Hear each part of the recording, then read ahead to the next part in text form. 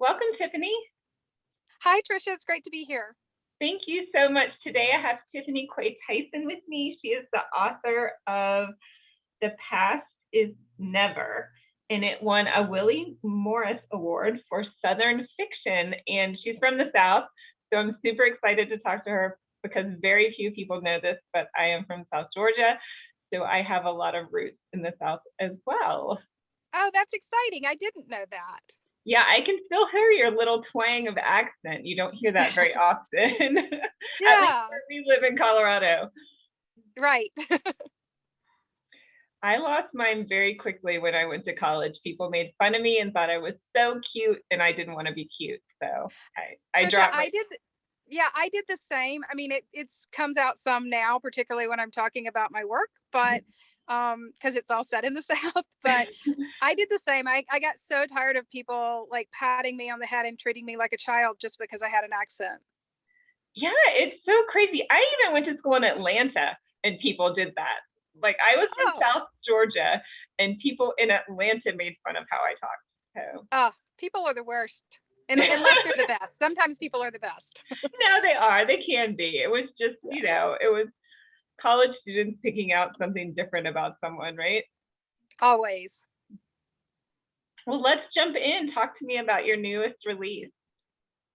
So the latest book that was published is The Past Is Never.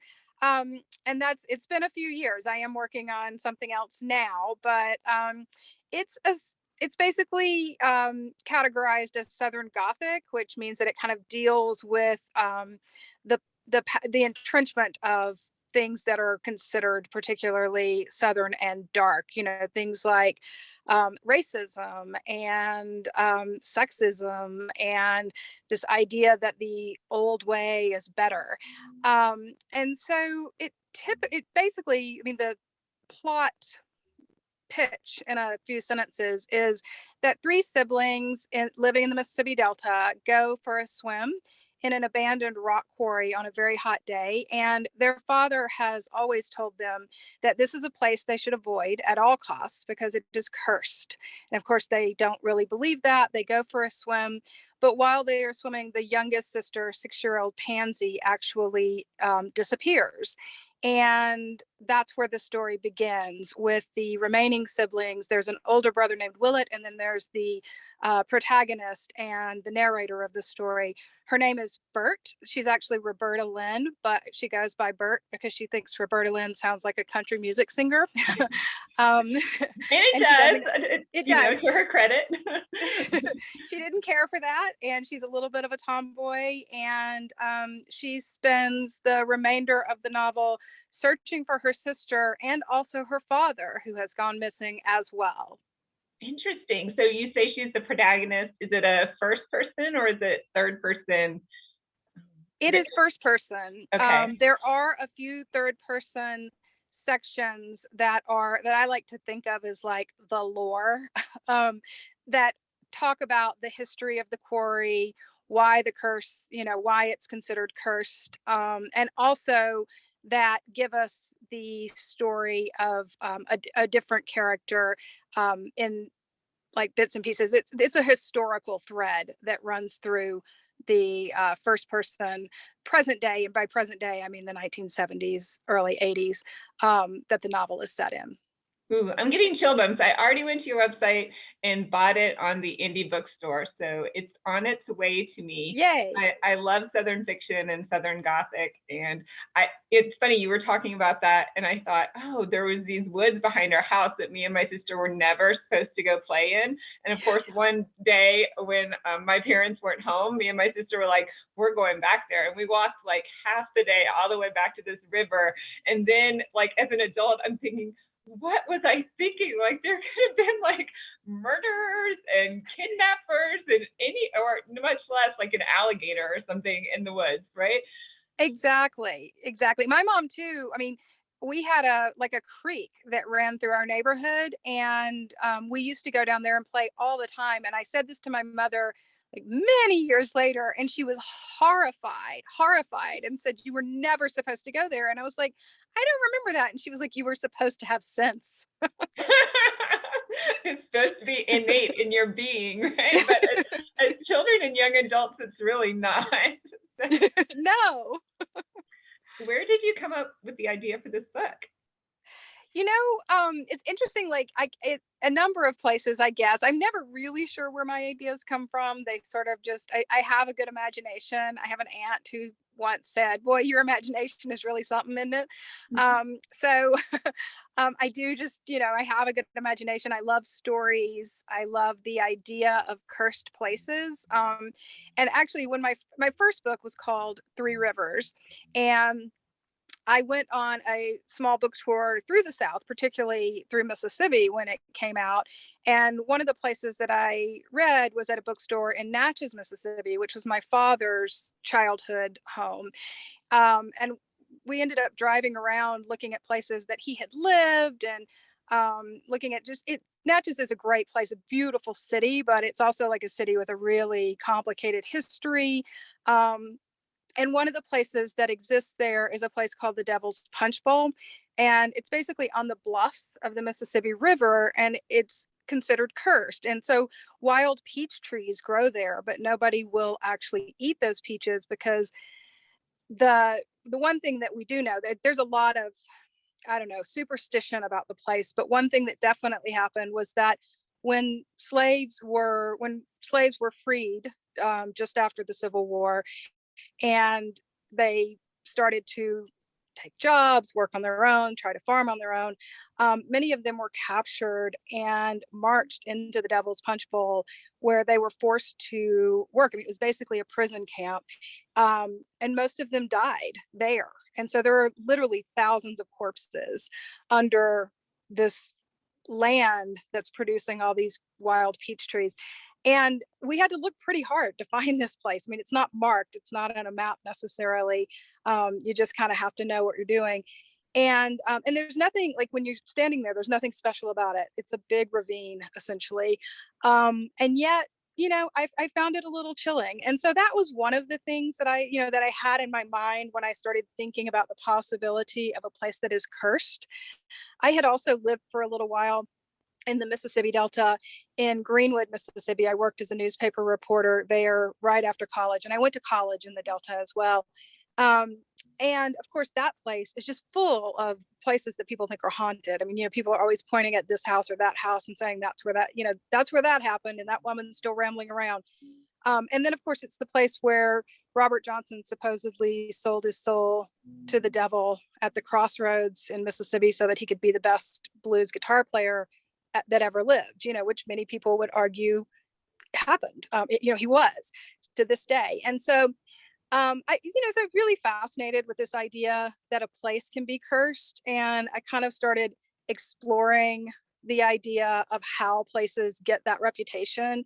And that kind of led me to create this quarry and this idea of what would happen if people don't believe, don't heed the warnings, and then something terrible happens. Like, how do you reckon with that, particularly if the something terrible that happens is to someone you're supposed to be looking after, as these siblings were for their little sister. And so really just started there, and then I kind of went off on a tangent from there. I just write what comes to me, and then I have to go back and clean it up. But I like the idea of a place that is cursed, and also the idea of perhaps the curse following a family through the generations. Interesting. Very, very cool. I'm so excited to read this book. Yes, I will be waiting on pins and needles for it to arrive in my house. Do you want us to tell us a little bit about the Three Rivers?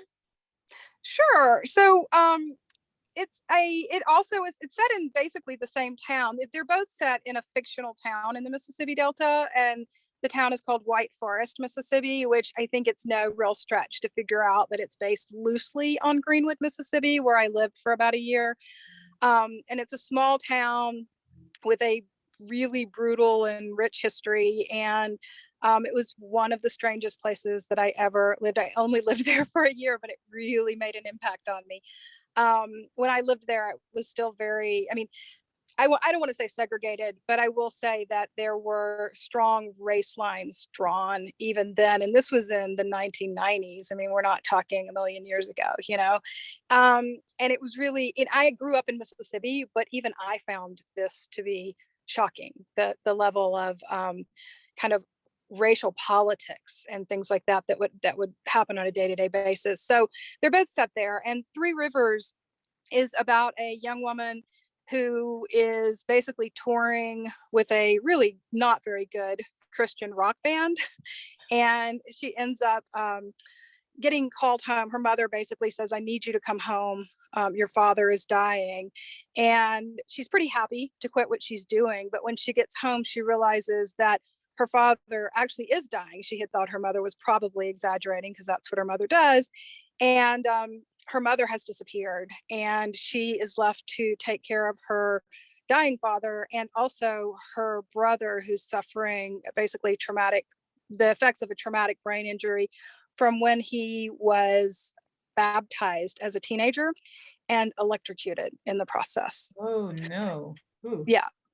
So that's that one in a nutshell. And that one that one actually started when I read a newspaper story about somebody who was baptized and electrocuted. And I thought there's a story there for sure. So yeah, that is a story, because I didn't grow up in the Baptist church, but many of my friends did, and they would have these baptismal pools back behind the altar. So I could exactly totally see that happening, like electric cords getting. Oh, that's so scary. Now I'm going to be afraid of that. How did you get into writing novels? You know, I have always loved to read novels. Like, it's my favorite thing to do. Even today, I would just read novels all the time if I could. If I were just singularly wealthy and had nothing else to do, I would probably just read novels all day long, and then talk to people about them and tell them what I'd read, because I'm always excited to share novels with people. And so, you know, and growing up, I mean, that's what I did. I read just every week. My mom would take me to the library, and I would check out as many books as they would allow me to check out, which was 7 when I was younger. And 7 was never enough. Like, I never was able to make those books last the whole week. And it used to infuriate me that I couldn't check out more books. And so I guess on some level, I was just a little obsessed with novels. I was a little obsessed with books and with stories and storytelling. And so naturally I wanted to do it. And I don't know that I'm tremendously good at anything else. And I'm not sure I'm tremendously good at this, but I enjoy it. And I feel like I'm doing something worthwhile when I'm writing a novel. So, yeah. Well, I think a lot of people beg to differ with you. You have several awards for your writing, so I think you're okay on that level. I hope so. And you said you worked as a reporter for a while as well? I did, just for a really short time, just after college. I was the editor of my college newspaper and had always worked on the newspaper in college, and ended up working as a journalist for a newspaper in Greenwood, Mississippi, for about 1 year. And then I moved away from Mississippi, which was something I had always planned to do as well. It's not that I don't love Mississippi, but I didn't want to spend my whole life there. Right. And what do you do now? Are you full-time novelist, or what is your career? So I have mostly made a career for years and years. I did like public relations and marketing work, mostly for nonprofits. I worked for a while as like the publicist for various like public television stations and public television shows. Like, I was the publicist for Austin City Limits for a while. But I've also done some publicity and PR work for nonprofits, like literacy nonprofits. I worked for a little while for Lighthouse Writers Workshop, and I'm still really involved with them. Now I write. Writing is not enough to make a living, not yet for me. I hope that it will be someday. But I also teach creative writing and lead writing workshops at Lighthouse Writers Workshop in Denver. And I do some like freelance editing and occasional writing for hire as well. Oh, fun. Yeah, so for our listeners here in Denver, we have, or Colorado, I should say, a group organization called Lighthouse Writers Association, and they have in-person as well as online courses. So if you are looking to improve your writing or learn how to write a novel, a memoir, a screenplay, any of those things, it's a great resource for authors or upcoming authors or want to be writers and authors. Yeah, it really is. It's a wonderful organization. So, and you could come take a workshop with me. Yeah, I've taken some classes. I don't think I've taken one of your classes, but several classes I've taken. They've been very beneficial for me. Great. Do you want to talk about what you're writing now? No.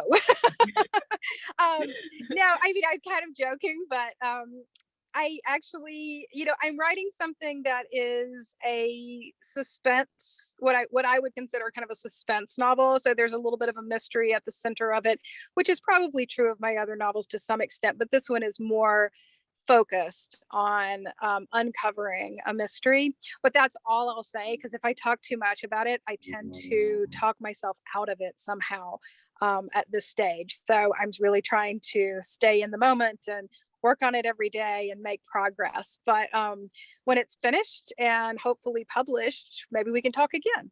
That sounds good. It's interesting. Yeah, I talked to an author yesterday and she was exactly the same. She was like, no, I'm not going to talk about what I'm working on. And I'm like, oh, why is that? Is it like some phobia or is it some curse or, should I not tell people what I'm writing about?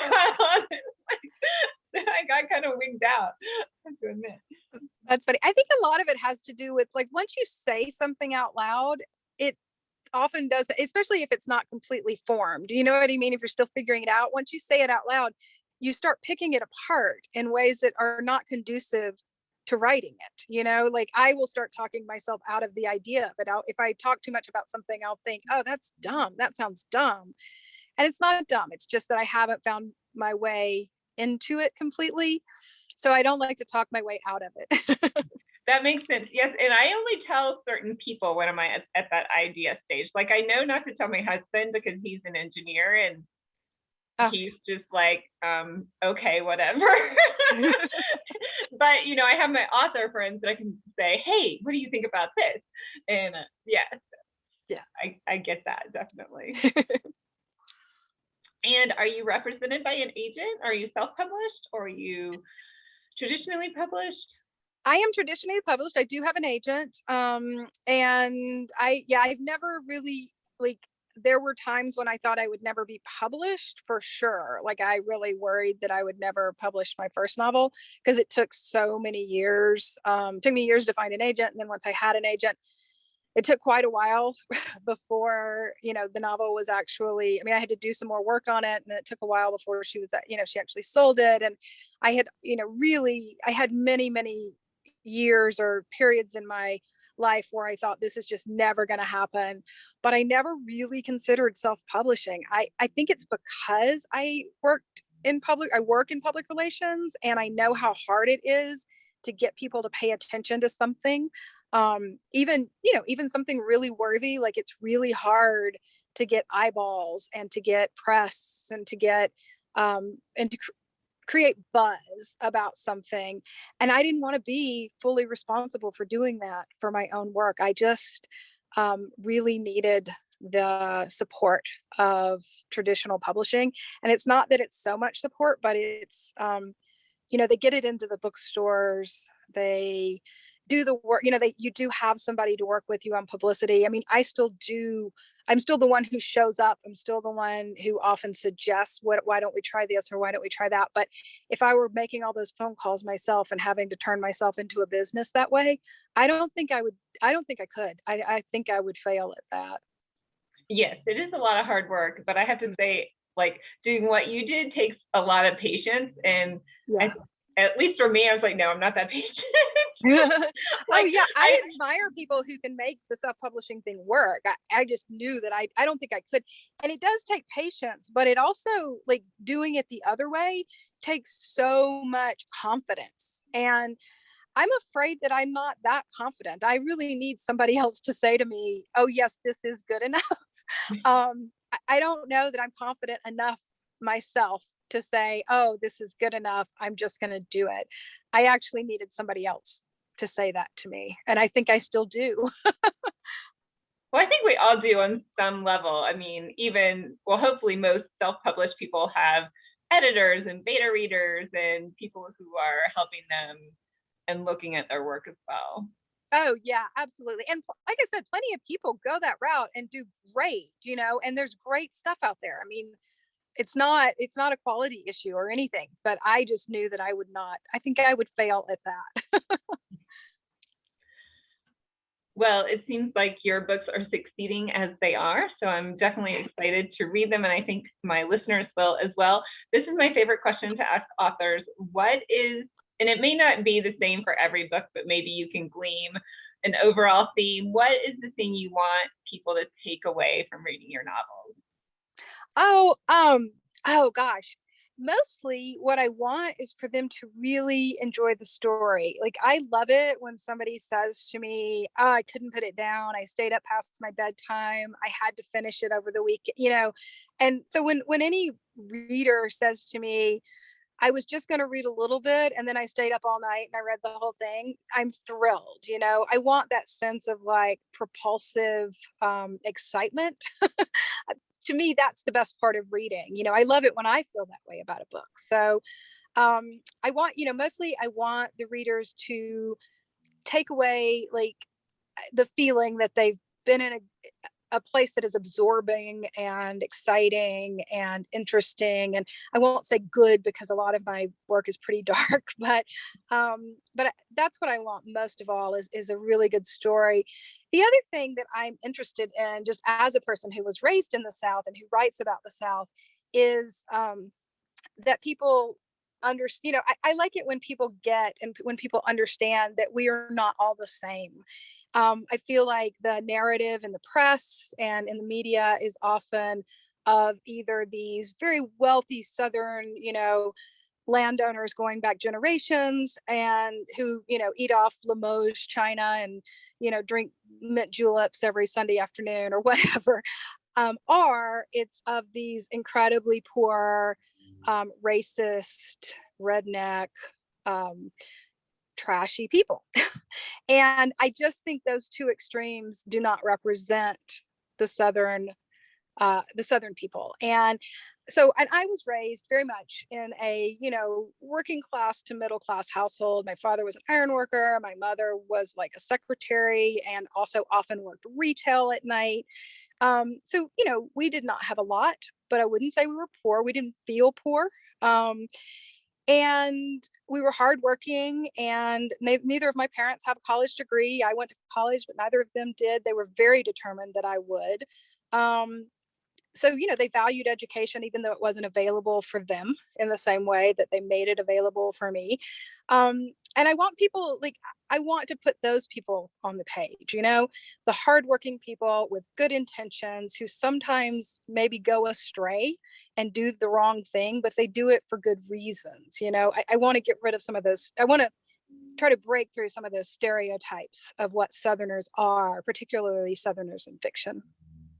Yes, I'm thinking of Midnight in the Garden of Good and Evil, where it was very much portrayed as being, I don't know, the risque Southern aristocrat, and then the have-nots and that was more set in a city setting. But I grew up not too far from Savannah, so that was pretty big news when that hit the bookstores.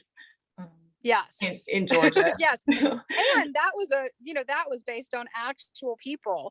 But right. I think that it's, and I read that book in a day because I think somebody gave it to me for Christmas one year, and it was pretty compelling. But you also know that there's a lot left out of that. Like, if you grow up there, you understand that there's a whole bunch of people who were not involved in that mess.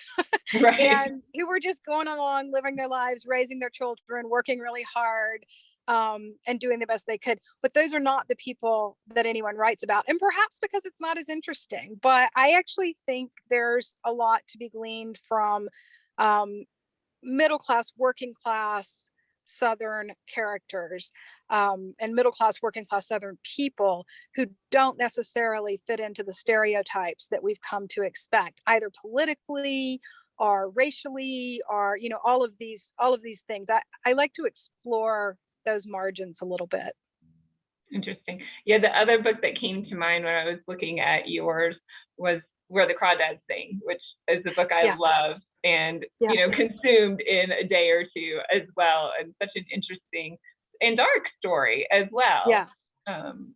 So yeah, and I've not read that, only because when mine came, like when it came out shortly after mine did, after The Past Is Never, and a lot of people, like I would go to book clubs and people would say, oh, and now we're reading Where the Crawdads Sing, and there's a lot of similarities, and I was like, okay, I can't read that right now, but I should probably go read it now. That some time has passed. I mean, the main character in Where the Crawdads Sing is definitely very poor family and basically has to raise herself. So a different setting from, sounds like the family setting, but set in the same type of place. I think it's supposed to be set in South Carolina or North Carolina. But and mine is set, like I said, it's set in Mississippi, but they do end up traveling to the Florida Everglades at one point. So there is that as a setting as well. That swamp, yes, because so in South Georgia where I grew up is the Okefenokee Swamp. It's the biggest swamp like east of the Mississippi. That's our claim to fame. But so I can totally, because I lived there, I could totally see, you know, this whole environment in my mind, and it was very easy for me to conjure a picture of what was happening. So I like those Southern stories. Yeah. Maybe a little biased. Same. Well, thank you so much for being here. Tell everyone where we can find you and your book. So you can find me, I have a website, it's tiffanyquaytyson.com, just my whole name.com. And that's a great way to find out, like if I'm teaching something or appearing somewhere, or just, you know, general news. I'm also on Twitter at TQ Tyson, and Instagram also at TQ Tyson. And I do have an author's page on Facebook, and it's just Tiffany Quay Tyson. Though I am admittedly not as active on Facebook as I am in other places, but all of those are great places to reach me. And, you know, information about other writings and stuff is also on my website. So that's probably the very best place.